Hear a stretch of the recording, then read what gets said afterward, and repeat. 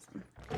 So thank you so much, everyone, for having me, and it's amazing to be able to follow such a great keynote speaker. I will add a disclaimer. I use both the words diversity and inclusion in my talk, and now I feel like I should substitute it with some sort of nonsense word that maybe will catch on as a result of this conference, but we'll see. So I'm going to be talking today about work, family, and stigma, breaking the silence for families who don't fit.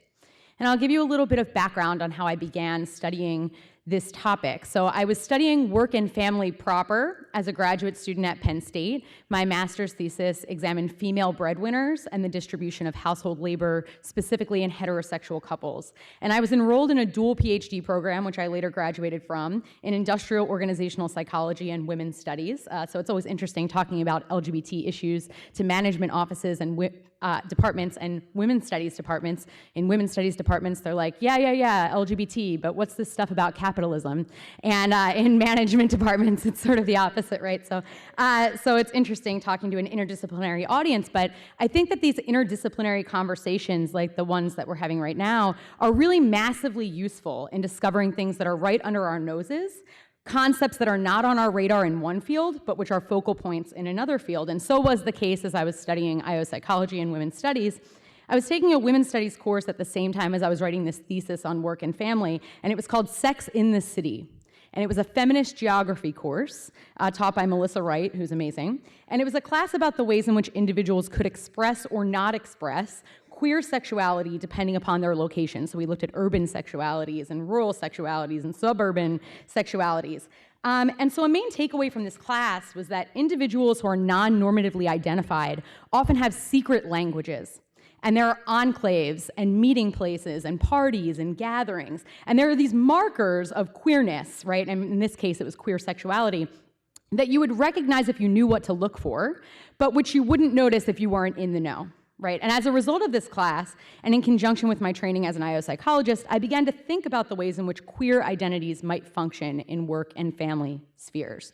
And so what I found out was that there is, in fact, obviously a small but existent literature on LGBT populations in the workplace and a much larger literature on identity at work more broadly, and so that's where I started. However, while most identity research and LGB research deals with managing personal stigmatized identities, I found myself thinking about LGB identities a little bit differently. And this is because by merit of the fact that these identities are relational, it has something to do with who are you attracted to, or who do people imagine you're attracted to. They were somewhat manifested by the presence of a same-sex partner, or at least by the imagined presence of one. So LGB identities precluded a sort of relationship with others, or an anticipated relationship with others, or a lack of a relationship with others, but one that was imagined by a perceiver. And yet I could find very little about LGB families in the literature. So I started to ask these questions, and I have this vision of myself in my 500 square foot apartment in State College with these hundreds of work family articles, and I'm going, they're not in here, right? Where are these LGB families hiding? And this became a really central question to both my dissertation, and it remains a central question within my current work as a faculty member at Villanova. So as a little bit of background on the academic literature on what is work-family conflict, it's a form of inter-role conflict in which work and family domains are incompatible in some respect. And generally, this has been conceptualized with regard to these three main dimensions: time, strain, and behavior. So I just don't have enough time to get my family stuff done. I feel stressed in one domain, it bleeds into another domain. Or the behaviors that work for me in one domain don't really work in another domain. And there's not that these dimensions are bad, but I believe that they're incomplete. And I started to believe even more that they were incomplete the more I started to look into these sort of queer family structures. So what were some limitations of work-family conflict? So there was no real radical examination of family structure or family type. And so while we had things about single-parent families, or we had things about adopting children here and there, we didn't really have this radical examination of like, what is family? What do we mean when we say that? What are the assumptions going on? And we didn't really ask about sexuality when administering work-family conflict surveys or when studying work-family conflict in the workplace. So we have this general set of demographics, race, gender, age, et cetera, and we weren't asking about sexuality in those questions. So we really were unsure about how work-family conflict was even experienced. And basically what that meant was that all of these queer families, non-normative families, were sort of going under the radar. So I'm a work-family researcher. I'm going to do a study on work and family. And I give out a bunch of surveys about work and family. And if I'm a person that's in a non-normative structure, I may have some things I want to report on that survey, but there's no place for me to do it. So I'm responding to the items that you're giving me and saying, yeah, that, yeah, that, yeah, that. But there's this other thing, and there's no way for me to tell you as a researcher that that other thing is missing from this survey, right? So I decided to take an intersectional approach to remedy this issue, looking at more layered family identities and trying to understand how I might convey the experiences of those layered family identities from a work and family perspective. So why did I start with LGBT populations? Well, it seemed like a way to sort of focus my study to begin with. You'll see I broaden it out a little bit more. But you can see, and I'm sure you're aware of, the fact that there are lots of LGBT discrimination cases that are in the public eye. Even right now, you may have seen in recent news, states are actually passing laws that prohibit the passage of protections that would shield LGBT individuals from discrimination, and protections which would provide equal access to employment and facilities. So these issues continue to be publicly debated, hotly publicly debated, and there are still many people who fall on the pro-discrimination side of this debate, and I use that word very deliberately, pro-discrimination. I believe that that's what it is. So there are plenty of reasons for us to believe that LGBT populations might face different sorts of experiences in the workplace. And so with all of this documented discrimination towards LGBT individuals, the experience of work-family conflict, I believed when I embarked on this project, and even more strongly now, may be different for members of an LGBT relationship or family. So my main research questions when I embarked on my dissertation was, how do LGBT individuals experience work-family conflict? So if I ask you the question, what's work-family conflict mean to you, without a prompt, without having these dimensions in place, without a measure in front of you that tells you what it is, how do you respond? And are these experiences different from our notions of traditional work-family conflict? So what are we missing? And are these experiences only relevant to LGBT families, or are they also relevant to families with stigmatized identities more broadly? And this is something that I embarked upon later on that I'll talk about. So in order to understand these questions, I actually collected some qualitative data to get a deeper understanding of the work-family experiences of those in LGBT families. And I ended up with 41 usable interviews from LGBT individuals working full or part-time and identifying as members of same-sex couples, and who also considered themselves members of families. And I asked them these very open-ended questions about work and family, and then I asked them some more specific questions about the dimensions that they reported back to me. So here's the big old model, and I know it's a little fuzzy, but I'm giving you this to show that there's a lot here, and I'm going to hone in on sort of this key central experience of work-family conflict stemming from perceived membership in a stigmatized family. And of course, I'm adding this word perceived because we don't have another person reporting, yes, I feel that that family structure is wrong, right? But the person feels this stigma themselves, so it's a perception. So the first kind of experience that sort of shook out, that was different from our traditional work-family conflict literature, was this suspicion and trust-based conflict. And so this sort of had a couple of different dimensions. One, this is from a couple of coworkers who worked together but were in a romantic relationship. In our last job, we worked together but we weren't out. We didn't trust the coworkers very much. They thought we were cousins or something because we were always hanging out. And then another quote from someone who actually was very much out, but felt a lot of suspicion in terms of when and where to share family-related information. Anytime people talk about relationships, I'm thinking about what to say. I don't want to lie. I try to be honest without giving too much information. And you'll see this theme a lot, that it's not the same thing as disclosure. So a lot of the LGBT literature is about, you tell people that you're gay. And that's an action, and yes, it's a journey, and you keep telling people, and the more people you tell, the more out you are, and that's certainly true. But it doesn't capture these nuances of, now that you know, how frequently do I bring it up? In what ways? And this is a real, my participants at least, the participants in this study, felt like that was a real work-family issue, and defined it as a work-family issue.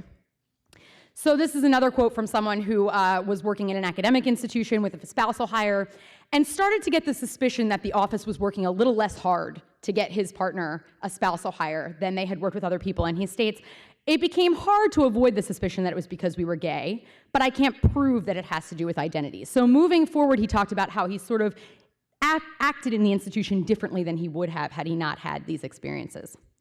This other form of conflict that we picked up on was this identity fragmentation based. And so this had to do with really separating parts of yourself between home and work, and shutting off your home identity in the workplace and shutting off your work identity at home, because people were actually embarrassed that they weren't talking about their family enough at work. So they actually talk less about work at home too.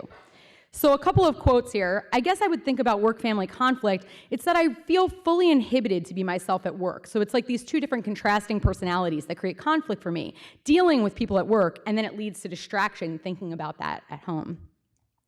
Another person said, every organization is different, but when to talk about my family with customers or clients, that's something that a straight person wouldn't have to think about. And so this person was specifically saying, every time I enter into a client meeting, I'm leaving a part of myself out, because most client meetings you walk into, they're not like, hey, Joe, are you gay, right? But they might say, hey, Joe, tell me about your weekend. How are your kids, right? Do you have kids? Are you married? And this starts a family-related conversation that also has something to do with this stigma. And then the last one, this person actually felt fragmentation because they were bringing past closeted versions of themselves into the workplace, which I thought was really interesting. So I can't let any of this out at work. I channel my high school self at work. This is the first and foremost thing that I think of when I think of work-family conflict. So for authenticity, this was sort of the last step, and I want to highlight that this was really regardless of who was out, how they were out, it didn't matter. People felt this sense of when and how was very important. So this person felt inauthentic actually toward their partner. I felt like I was doing my partner a disservice because I was out everywhere else except work, and I felt two-faced, but I had to do it. This next quote, I can't think of an example of work-family conflict except around issues of identity. I do feel that my work identity is not exactly conflicting, but my institution's not always conducive to my own home happiness. And then the last person, this is an interesting situation. So this person was extremely authentic at work. He prided himself on, I share information about my partner, I talk about my family. This is an academic, this is a professor, and talked with students, in fact, about these issues. And so he had shared a pretty personal story about he and his partner going on vacation together, not inappropriate, but personal. And says, after that, I had a really uncomfortable situation where a student called me a gay slur in front of the class. And so after class, I followed him into the hallway and asked, did you just call me a gay slur? And he goes on to say, I was terrified that I would be fired because I had confronted the student. And afterwards, one of the people in student services said that I was becoming unglued because I approached him about it. So moving forward, this person felt less free to be authentic in class because he felt I can be authentic about my family, and then learned, oh wait, no, I can't, right? I don't have the support of my institution. So there were a couple behavioral taxes that I'll just talk about quickly that stemmed from these. We found that people verbally suppressed or fabricated family information at work, physically separated work and family. So this was a big theme that came out, that people really felt that I don't have the luxury of picking whether I mesh or separate my family life, which is one of these key strategies. Do you integrate, do you segment, right? That we talk about in work and life research. They felt, in many instances, I was forced to separate. I didn't have that integration option. So this person says, I told my partner not to come to work to visit me because he would have to conform more than I would if he came to visit me at work. And I don't feel like there's a place for him in my work environment such that he could comfortably visit me. Another person in this differential disclosure, which relates back to Bell Raggins' work on invisible stigma and disclosure, differential disclosure of family information. So this person worked in a retirement community, was out to everybody, actually brought her partner with her to events, but when residents would ask, who's that person, she would be like, it's my friend, or whatever, you know, and they couldn't show any affection to each other in that space because she felt uncomfortable with different constituencies. We also saw some psychological taxes that stemmed from this stigmatized family identity. First was minority stress, so people felt singled out. They felt when people talked about families, even if people knew they were gay, that when people had family conversations, they felt singled out, problematized, right? So this person says, I'm always on edge with the fear that people would ask about my family. People also felt depersonalized, sort of this floating, like, I'm not really myself at work because I have this strong family identity that I'm not bringing in. I'm not really myself at home because I'm embarrassed to talk about the fact that I don't talk about my family at work. So I'm sort of drifting away from people in both domains. So this person said her partner wants to talk a lot on the phone at work. She doesn't feel comfortable, and that makes her feel distant from her partner. And denial of personal dignity. So I like this quote. This person said, a coworker said, my cousin finally got married. And I wanted to say, finally? What does that mean? Did that person have no value without marriage, right? And so these assumptive comments made people feel like their dignity was being stripped in a particular kind of way in the workplace. We also had a situation, I interviewed a bartender, and her partner came into the workplace to visit her, and they showed some sort of affection, and a customer said something, like a slur or made a comment, and it sort of escalated. So she went to go get her manager to say, you know, this customer's giving my partner a hard time, and she was actually great friends with the manager and really thought he was going to come out there and tell the customer what for, and he basically told her, you got to tell your partner to leave. And she reported to me that this made some really serious problems for her at home because her partner kept saying to her, you got to go back in there and you have to tell him. And she's like, but we need the money. I don't know if I want to confront him. And so they were fighting, and there was anxiety, and she was exhausted, and all of this sort of perfect storm of work-family stigma came together. So one thing I will touch on, and that some people ask about, is whether or not this is unique to those with stigmatized families, or do more traditional families experience this. And actually, we did run a comparison sample to take a look at whether or not traditional heterosexual families experience this. And what we found when we really took like traditional nuclear families was that no, they did not experience this. We actually did a perfectly paired sample, same institution, same job role, paired people together, found that LGBT people were saying, yeah, this is happening. Straight people were not reporting these sorts of things. But one of the things that was unique was that we actually ended up with a lot of people in our sample who we embarked upon saying, hey, you're a traditional nuclear family, why don't you talk to us? And partway through the interview, we realized that they were reporting stigma too, relational stigma. And so we had people in our sample that made us ask this broader question. Does this apply to a broader sample of stigmatized families? So right now, we're in this exploratory study phase. We've interviewed 15 people so far, people in interracial relationships, people who are in relationships with religious minorities, gender minorities, single women of color. We have lots of people in the sample right now, but we're working on broadening that sample even more. And basically what we found was that the model replicated, but it added some nuances. And the first of those nuances was that depending upon whether or not people perceived that stigma as being controllable, predicted whether or not people experienced that same kind of conflict. So this quote is from a man whose wife was diagnosed with MS. And he actually felt that his coworkers were very supportive. He said, I think my work-family conflict went down. They were making dinner for us. They were doing all these things, outpouring of support. When I pushed back on him and said, well, why do you think that is? He said, well, you know, I would have thought that if you had an abuse issue, either alcohol or drugs, that might have been seen as something which you could have some control over. And therefore, if you didn't want that to be a problem, do something about it. Whereas an illness, unless you went off to the Amazon and didn't get your shots, exposed yourself to a bunch of badness, it's sort of like blows in the wind, right? So his thought was because people saw it as being uncontrollable, he didn't experience that. Similarly, we also found that if people thought that the stigma was dangerous, and I won't read this whole quote, but you can look at it, this woman had 2 children with autism. And she felt that public persona around autism was that they're not dangerous people, they're not people committing crimes, they're not people to fear. So she didn't feel that same sort of stigma. However, we have someone else in the study who is in a family relationship with someone who has schizophrenia, and similar levels of maybe perceived controllability, but that person was perceived as very dangerous. And so what is that person going to do? And she felt more conflict over that as opposed to, or compared to, this woman with autistic children. We also found that stigmatized individual identities played a role. So if you already held a stigmatized identity, that intersectionality sort of exacerbated those pieces. So this person is a black single woman comparing herself to another black woman in her department who has children, and she says, that must be nice. I don't need to put when I pick up my kids in the planner because I have to pick them up every day, right? So people think that I have this great role model in this other black mom, but she's got a husband, right? And that makes things different for me. And gender also predicted somewhat whether or not people experience these sorts of issues. So what are some takeaways here? We found that families that perceive stigma in the workplace do experience unique forms of work-family conflict and unique behavioral and psychological taxes that sort of operate over and above the normal, traditional kinds of work and family conflict and those sorts of outcomes. And when LGBT participants also reported experiencing traditional conflict, these additional layers created exacerbating work-family challenges that have previously gone undetected and now we hope to detect. And if organizations want to create comprehensive solutions and actually be focused on diversity, they need to be really thinking about whose voices have not been represented, who has been silenced so far when we're thinking about policies that actually affect large groups of people. So a couple questions. What does your organization mean when they say the word family? Are stigmatized families suffering and hidden in plain sight? Does your organization have true equality? And I really hated typing the word Trump, but it was the most concise way that I could say it. Cuts across work and family domains. So what is your culture? What is the formal and informal language that people are using around family that may reinforce experiences and not just what the policy states on the books?